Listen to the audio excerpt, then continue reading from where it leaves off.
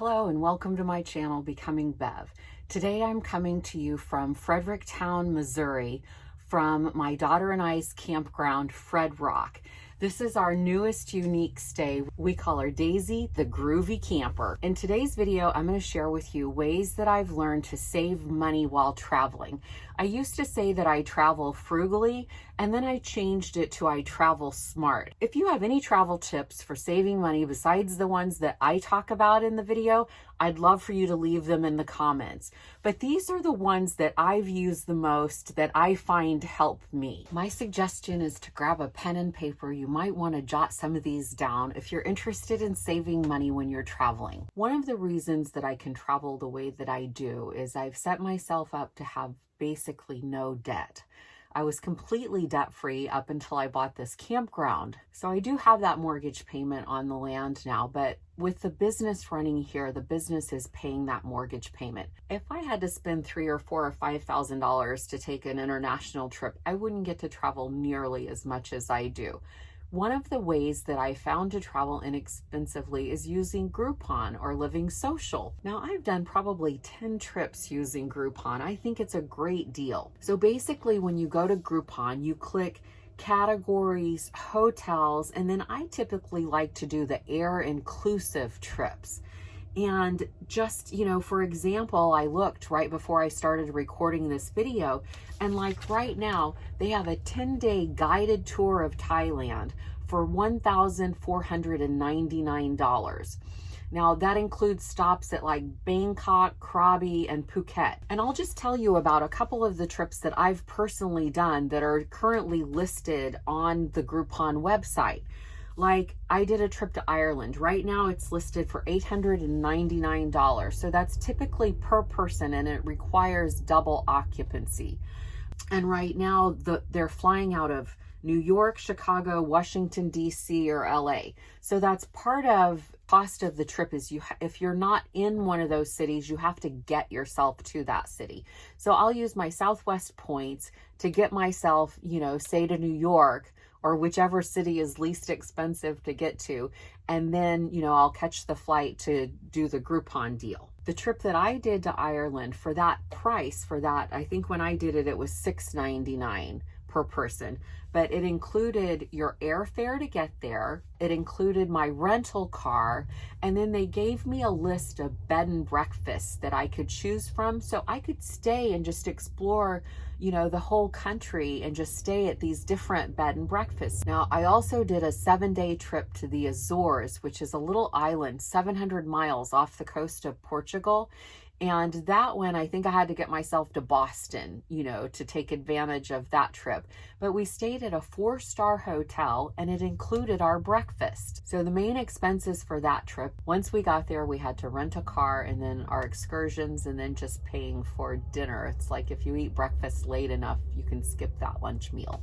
I did a 1-week trip to Iceland using Groupon. I think that one was $600. And then I also did an 11-day trip to Greece that included round-trip airfare, nice hotels. Most of them always include breakfast, and also transportation like between Mykonos and Santorini, or Athens and, the islands. Right now on Groupon, there are trips to Egypt, Peru, Bora, Portugal. So lots of options. So if you're interested in doing some international travel fairly inexpensively, I suggest checking out Groupon or Living Social. I think they're the same thing now. Of course, the first one I want to talk about is owning my van. I have to have a vehicle anyway, and my van has become my everyday driver. With the van, I don't have to pay for hotel rooms. Because I have the refrigerator and stove in the van, I feel like it saves me money on food. I can eat out, but I don't have to, especially like the easier meals like breakfast and lunch. And I have everything I need with me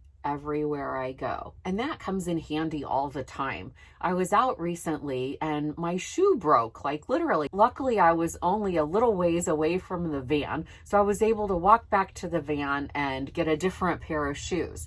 If that would have happened in any other situation, I would have either been barefoot or go somewhere and buy a pair of shoes. I can park the van at rest areas, Cracker Barrels, 24-hour fitness. I look on iOverlander to find places to park, or sometimes I do stay at a campground. The campground fee is anywhere from $10 to like $40.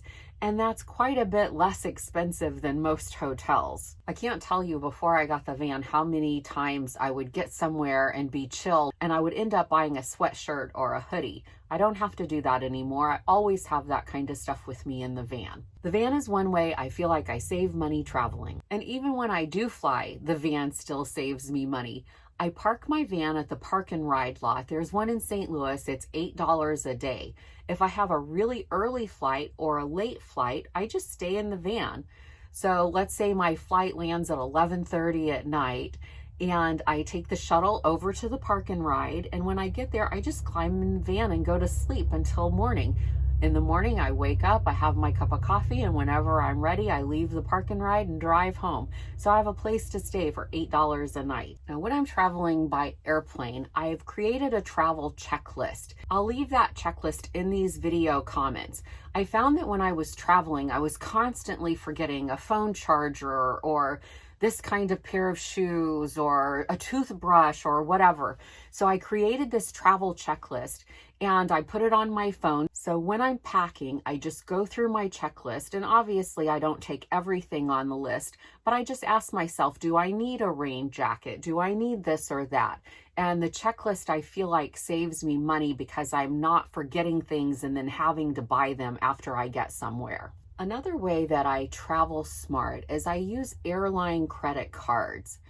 Now, if you carry credit card debt, don't even listen to this part because this isn't a good way to do it. I have two airline credit cards. I have a Southwest credit card and I have a United card. And I have the benefit that my day spa charges all of its supplies on the Southwest and the United credit card, so my points stack up pretty quickly. By using these points, I rarely ever have to pay for a flight. And right now, my Southwest credit card, the one that I use, it costs me $149 a year. But on my credit card anniversary, I get 7,500 points, and I can just about buy a one-way flight with those points. I also get a $75 travel credit, and I get 4 free upgrades a year. So in other words, if I get a bad boarding position on Southwest, like C, 31 or something, I can up it to A1 through 15.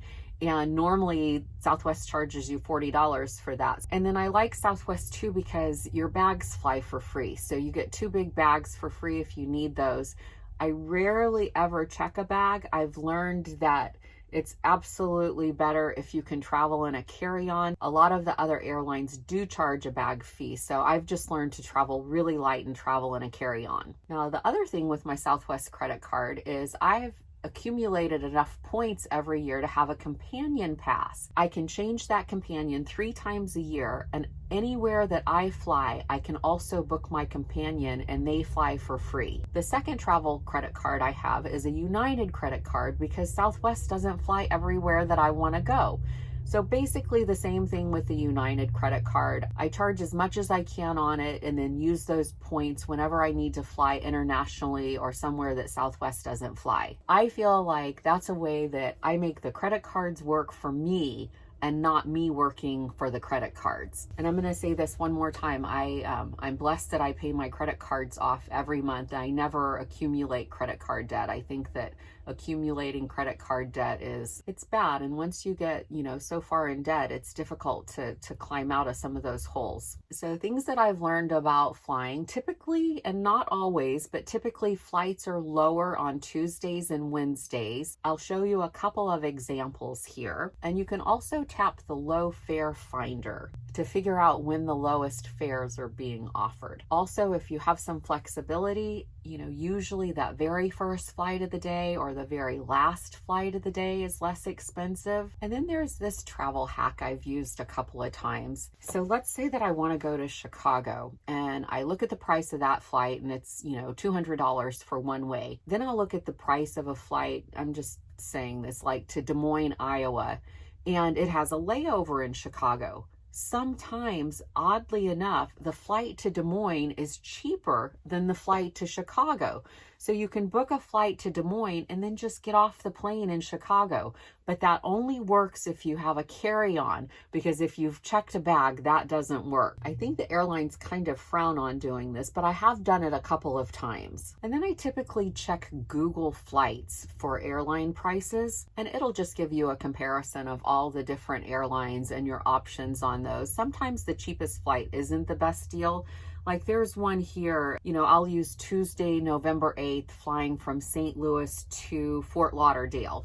And on Southwest, that flight is $112. It takes 2.5 hours. Now you can also book that flight on Spirit Airlines for only $74, but that one takes 10 hours. I would absolutely pick the Southwest flight on that deal, even though I'd be saving about $40 on the flight. 8 hours of my time is not worth that $40. So you kind of have to weigh the pros and cons to getting the least expensive flight. And also when you're using Google Flights, Southwest flights are going to say price unavailable. So you do have to go to their website to check those prices. Now, another little hack that I've used in the past, you'll hear them announce on a flight that they've oversold or they're looking for someone to take the next flight. If I have some flexibility in my schedule, I'll sit close to that counter and they'll announce, this flight has been oversold. We'll refund you the cost of your flight plus a $250 credit.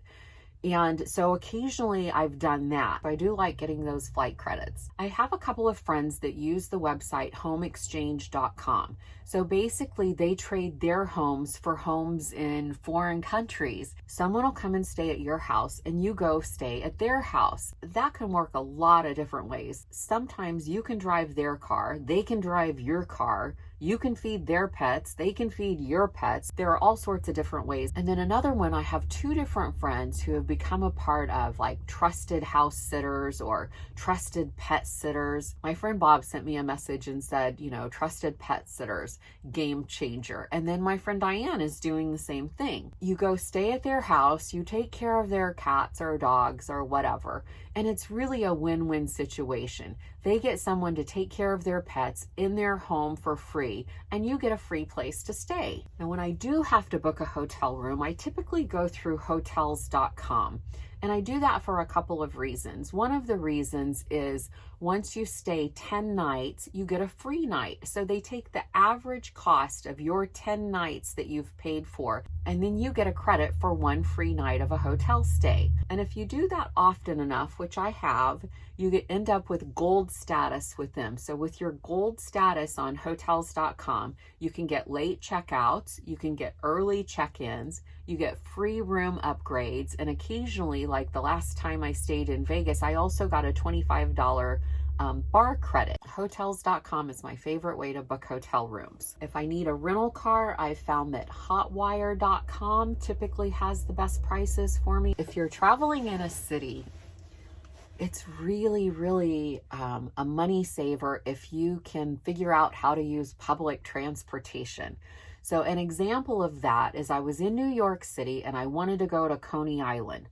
So I looked up the price of an Uber and it was going to be $73.93. Now the price of the subway was $2.75. And our phone apps really make it easy to use the subway. So I just get on Google Maps, I tap public transportation, and it'll tell you literally step by step how to get to where you're going. And as you're traveling, it'll give you progress, just like your GPS does to show you where you're at, to get you where you're going. And if you get on the wrong subway, you can just get off and cross over and get on the correct subway. And you can tell that right away by the way your GPS is showing your location. Now you're going to save money too if you travel with a friend. That way you guys can split some of the expenses. You can split the price of fuel or the price of hotel room. Now, when you're out there shopping and, let's say you go to a flea market or something like that in a foreign country, there's almost an art to haggling for prices. And I've learned that art of walking away can save you a lot of money. So they'll say something cost $40, and once you've walked away, that $40 item may be $15 now. And I don't always haggle. Sometimes I would just rather pay them full price and pay them what they're asking for. So that's it. Those are my best tips on how to travel smart. Thank you for being here. Thank you for watching. A special thank you to my channel members and Patreons. I appreciate you so, so much.